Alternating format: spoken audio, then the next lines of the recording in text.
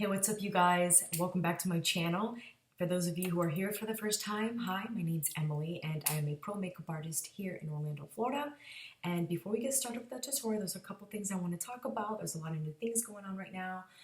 I'm starting a new series on my YouTube channel, starting right now. You guys are watching the very first video and it is going to be a pro makeup artist series. I'm not sure what it's going to be called, but it's just me applying makeup on another face besides mine. So just doing makeup on my clients, my models, etc. Today's model, her name is Brandi, and she's actually been doing modeling for about a month now, and she wanted to participate to come here on my channel. Of course, this is a cruelty-free channel, so any brand that I mention is cruelty-free. And if you realize that I don't mention a brand name on a specific product, then you know that I'm just trying to transition and finding a dupe for it. And anything else? Yeah, so I'm excited for this series. I really hope you guys are too. And if you have any questions for me, specific facial feature concerns that you have or skin type concerns that you have, let me know and I will try my best to find a model for that. But yeah, I have a lot of girls lined up to come here, film for my YouTube channel, and me apply makeup on them. So yeah, let's get started with the tutorial. Of course, you guys know, pro makeup artist, always clean your tools, wash your hands in front of the client or sanitize your hands in front of the client, and then get started with your makeup. So I did that off camera and now we're starting the makeup process now. Hope you guys enjoy.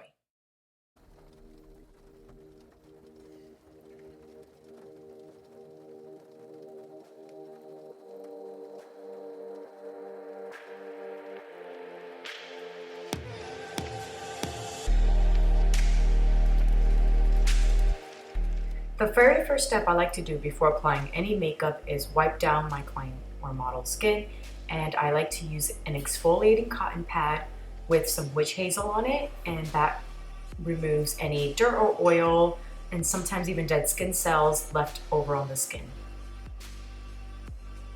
Now I'm using my RCMA pre-foundation lotion, and I like to use this with the matching foundation, but this is a great moisturizer as well along with a primer because Brandi has a drier skin type, so this will ensure that her skin is nice and moisturized before our foundation.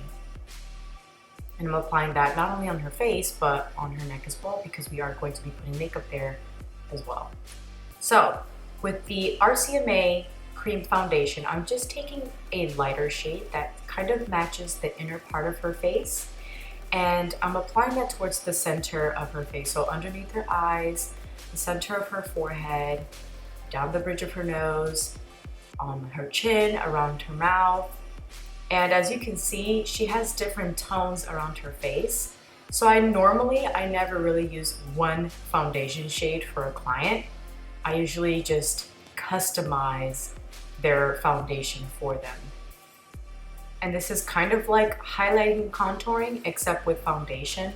So I'm just putting a lighter foundation where it needs to be, a medium foundation where it needs to be, etc. And the foundation I used on the perimeter of her face is her actual skin tone. Her forehead is slightly darker, but it'll work anyways because we're gonna contour up there anyways. Now to mix and buff the foundation, I'm using a synthetic fluffy brush. And I absolutely love this because it just blends the foundation so beautifully and it looks so natural. And this is a 50% pigment cream foundation, so a little goes a long way. And this buffing technique with a synthetic brush just makes it look so natural, and I love that because I use a lot of products, so it really helps buff that out. Now, after I finish buffing out the skin, as you guys can see here, and I always bring it down to the neck and ears as well, I go on top of the skin using a beauty blender, which you guys will see in just a second. And what this does is not only finish blending the skin, but it removes any extra foundation left on top of the skin. And what I just did here was just apply some foundation on top of her cheekbones just to bring her cheekbones out a little bit more and add extra coverage. So again, here it is. This is the Beauty Blender technique here. Instead of just applying foundation with the Beauty Blender, which is what most of us do anyways, because it doesn't apply that much product, right? So I like to slap on the foundation, buff it out, and then go on top of a Beauty Blender. Go on top of their skin with a Beauty Blender to remove any extra foundation. So here I'm contouring Brandi's facial features, mainly around the perimeter of her face and around her nose area. And this is gonna add more of a sculpt effect to her features, especially when you are taking pictures. And the contour I'm using is from Aesthetica Cosmetics. I did a review on her cream contour palette, so if you guys want to see that, I'll try to remember and link that down in the description box. And sometimes I go in with my synthetic brush to buff it out. Sometimes I go in with my Beauty Blender. Especially for contour, I do not want that to be heavy. I do not want it to be seen as like an obvious she's wearing contour type of look. So I really make sure to buff it out as much as possible. Sometimes using my Beauty Blender. Over here I'm using my brush, and vice versa. So it looks more like a realistic type of contour. And now I'm using her concealer shade, and it looks pretty bright for her, but it'll just ensure that underneath her eyes is nice and lifted. And not only does this give a beautiful highlight effect, but when you're contrasting light and dark, anything that you put on her eyes from here on out because of that under eye highlight will pop. So eyeshadows, any type of eyeshadow, whether it's natural or even dark, will pop out even more, will stand out even more because you are applying a lighter shade underneath the eyes. So to set the foundation, or to set the concealer, after I finish buffing it out with the brush, I am setting it with a mix between the Ben Nye banana powder and the RCMA no color powder. And it gave a little bit of extra coverage when it came to like brightness. As you guys can see, it did brighten up those features where I applied the powder. But the no color powder from RCMA doesn't give any type of color whatsoever. It's just meant to set the foundation. So it did tone down if I were just to use the Ben Nye banana by itself. So for eyebrows, after I brush them through, I'm filling them in with the Anastasia, what is it called? The Dip Brow in Ebony. And Brandi's eyebrows are microbladed, so they have a beautiful shape to them. All they needed was a little extra love towards the outer corner of her eyebrow. And then I just gave them one last brush through. Now for the eyes, I went back to the same concealer, and I like using concealer because concealer sets nicely underneath the eyes. And nowadays makeup brands are making great concealers where they set and they don't move. So I like using concealers on the eyes as well. Not only is it great as an eye primer, but I like to use it to even out the skin tone. Sometimes we have discoloration or darkness or veins or redness on our eyelid, so that cancels it out. Also, it shapes the eyebrow at the same time, which you guys saw. Now, for eyeshadow, we're gonna start with this orange bronze shade. And this eyeshadow is actually from Joe Blasco. Joe Blasco is actually the makeup school I went to. I still use their makeup till this day because it's a great quality. And I'm using that just to get the depth started. I'm focusing that towards the middle and outer corner and blending that upwards towards the crease. Now for the inner part of the eyelid, I'm actually using a highlight, like an illuminator that you would put on your cheekbones and the top points of your face. I'm using that as an eyeshadow. This is from the Tarteist Pro Glow palette, and it's the second to darkest shade. Now, as you guys saw, I dipped into my peach palette, and we're going in with that really warm brown shade. It's a really, really warm brown shade. Don't know what it's called, but you guys saw it in that small clip there. And I'm starting to intensify that outer corner now.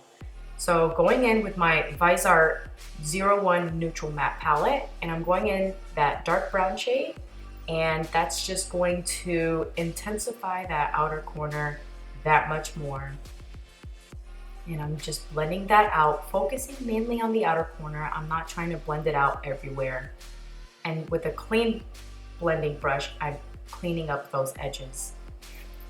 Now, Brandi also had lash extensions on, and they made her lash line look beautiful and dark already. So all I did was just take a black eye pencil, did a traditional thin to thick eyeliner on top, so thinner towards the inner corner and gradually thickening towards the outer corner.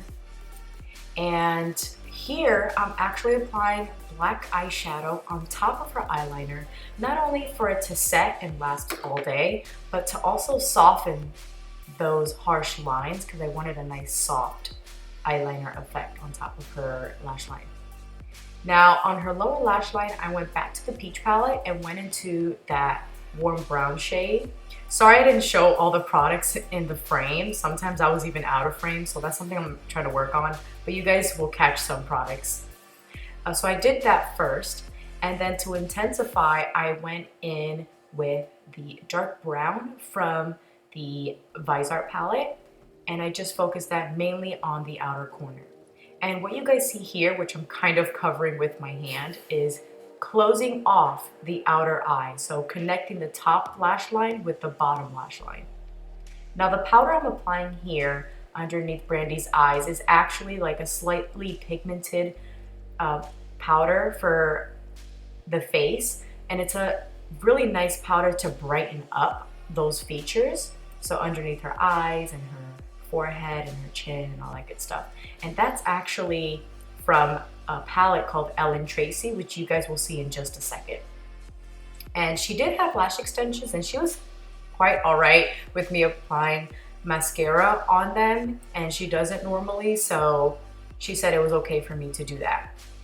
For highlight, I'm using, again, the Tarteist Pro Glow palette, the same shade, the lightest from the darkest, the second lightest from the darkest, if that makes sense. So the second darkest shade. And I'm applying that kind of all over, cheekbones, nose, chin, slightly on the forehead. And that's the palette from Ellen Tracy that I was mentioning earlier. It comes with a bronzer, a couple blushes, and some skin tone shades to set your concealer. And those powders are beautiful. So I just picked up some peachy shades for her cheeks. And just finishing the eye with some lower lash mascara. Now with this Elizabeth Mott Cream eye pencil, it's actually like a metallic champagne color, which I absolutely love, and it stays very well. So I applied that in her waterline and just brought it in a little bit into her inner corner. And then for her inner corner, I used, again, the same highlight from the Tarteist Pro Glow palette, except I think this was the second to the lightest shade. I depotted them, so I don't know the names anymore. And I also brought that into her brow bone.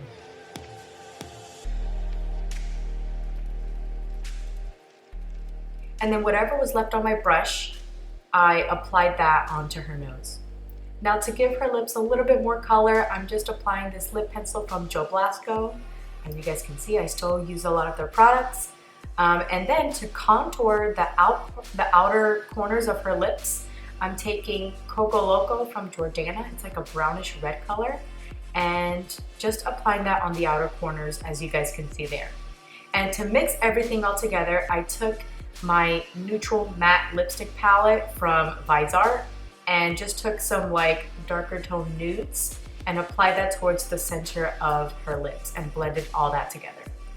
And to finish the look, we are using the Cover FX Illuminating Spray, which I have been loving lately. And that's our finished look. I really hope you guys enjoyed this natural glam session today with Brandi. And if you guys haven't already, click that like button and subscribe if you enjoyed today's video. Till then, I'll see you guys in my next video. Bye.